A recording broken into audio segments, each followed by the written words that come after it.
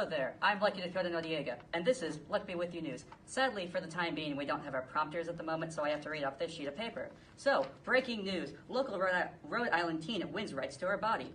Anna Fitzgerald, 13, has been spending the last 2 weeks at the court to win medical emancipation since she refuses to donate her kidney to her older sister, Kate Fitzgerald. Anna is the youngest kid of the Fitzgerald family, alongside Kate and then Jesse Fitzgerald. Anna has been bred to be a genetic match for her sister Kate, who has acute promyelocytic leukemia. She was made this way so she could help Kate out by donating blood, bone marrow, and almost her kidney. Basically, she has been donating to Kate ever since she was born. Anna has never been able to live her life on her own since she's always been stuck to Kate. Anna tried to go to a hockey trip once, but her parents didn't allow her since they were worried that something could happen to Kate and they'd need her. This led to Anna mainly being overshadowed by Kate, only seen as the donor for the purpose of Kate than being her own person in her life. With her lawyer, Campbell Alexander, Anna has decided to risk the relationship of her family to gain the rights of her own body. After many tedious days of the Fitzgerald family fighting against their own daughter, family members breaking down, and Anna's lawyer having a seizure in front of the court, Judge DeSalvo decided to give Anna the rights to her own body. Certainly, the Fitzgeralds have always believed that having Kate alive and part of the family was crucial, but at this point of sanctity of Kate's existence has become completely intertwined with the quality of Anna's life, and it's my job to see whether those two can be separated, states Judge DeSalvo. One of the issues brought up during the past few days has involved whether or not a 13-year-old is capable of making choices as weighty as these. I'd argue, though, that the age is a least likely variable here of basic understanding. In fact, some of the adults here seem to have forgotten the simplest childhood rule: you don't take something away from someone without asking permission. This court battle was definitely messy from the beginning, with the teen's life on one hand and another teen's right to make decisions on the other, though it all ended quite smoothly. In a tough situation with legal charges, Campbell Alexander will be here to help. He'll be here to help if he thinks he'll get more publicity. Campbell will be sure to expose everything in your case. Hire Campbell today. Call 555-555-5555.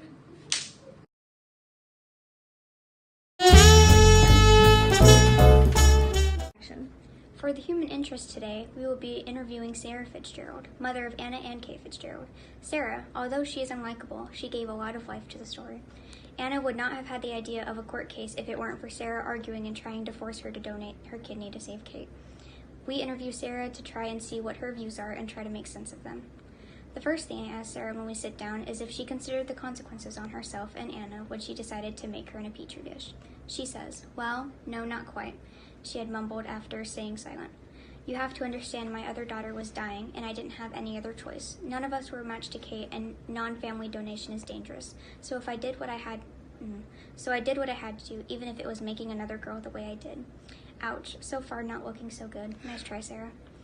"Mrs. Fitzgerald, do you think about the consequences on Anna, and Anna only, when you were using her for various donations?" I ask her next, and she sits silently for a little bit before answering. "Well, I mean, Kate was usually first in my mind, so if anything helped her when she needed it, then Anna had to help since she was the only one who could. Anna never said no." I asked her if she ever asked Anna. She said, "Not quite, but she's my child, and that's her sister. Who wouldn't want to help her?" "What about Kate? How do you know if she wanted all that extra stress and treatment?" I ask her, and her face hardens a bit more than before. "What do you mean?" she asks. "Of course she wanted it. She was sick and dying." "Did you ask?" I emphasized. "Well, no, but why wouldn't she want it? It's treatment to save her life and to make her feel better." I look at the time with a sigh and wrap it up before it got too intense. Need a little kick out of life? Well, Jesse cigarettes will sure help you. Once you try it, you'll have a burning passion to be successful. Why have a boring life when the flames of these cigarettes can help? You can find these cigarettes at your local gas station or Walmart. Don't try these if you're under the age of 18. Alright, and now we have the opinion piece. Kate, leukemia, and suicide. Ouch, I already know that this is going to be one heck of a painful and difficult topic to handle. Though Kate Fitzgerald, 16, has been dealing with acute promyelocytic leukemia ever since she was around 2 years old. And she's done it all from the blood transfusion to the bone marrow donations. to the chemotherapy, to the radiation, etc. Though because of all the surgeries and her constant fighting against leukemia, her mental health has taken just as horrible as a toll as her physical health over time. At 16 years old, before the big court case, she took a bottle of whiskey and had a bottle of pills in hopes that she could overdose and die faster than she should have. This has shown me that people with illnesses such as cancer are fighting more than just their illness. They're also fighting against the painful mental toll it has taken on them. Stated by Kate herself, "I'm just sick of waiting for something that's going to happen anyway. I think I've up everyone's life long enough." At this time, Anna Fitzgerald, Kate's younger sister, realized that Kate has attempted suicide many times before. Like many others, just interpret people who are sick with cancer and other types of illnesses as just sick. An example of this is outside of Kate's story can be breast cancer in women, as people are more focused on trying to save the women's breast than saving the women as a whole, and these people are fighting for their lives, though they're also tired physically and mentally, fighting against their potentially inevitable demises. Based on what Kate stated, these people also deal with the horrible feelings of guilt for having people deal with their sickness to help them out. The Fitzgerald family spent 14 years helping Kate out with her leukemia, and based on how much Kate has suffered and how much she has made her family go through, I can understand why Kate has a lot of feelings of guilt regarding her situation. In conclusion, Kate is fighting a lot more than just her leukemia. She is also fighting the painful mental toll it has given her over time. And now for the weather forecast.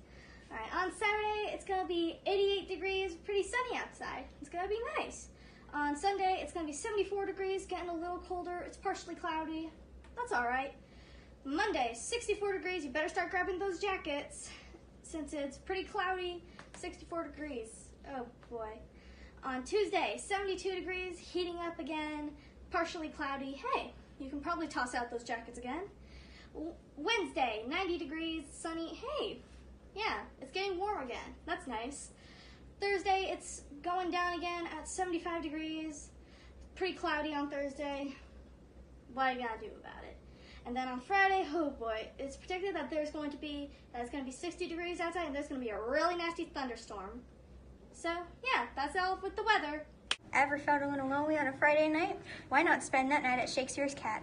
Shakespeare's Cat is the new hip gay bar off of Suit Yourself Street. If you're ever bored, then this is the place to go.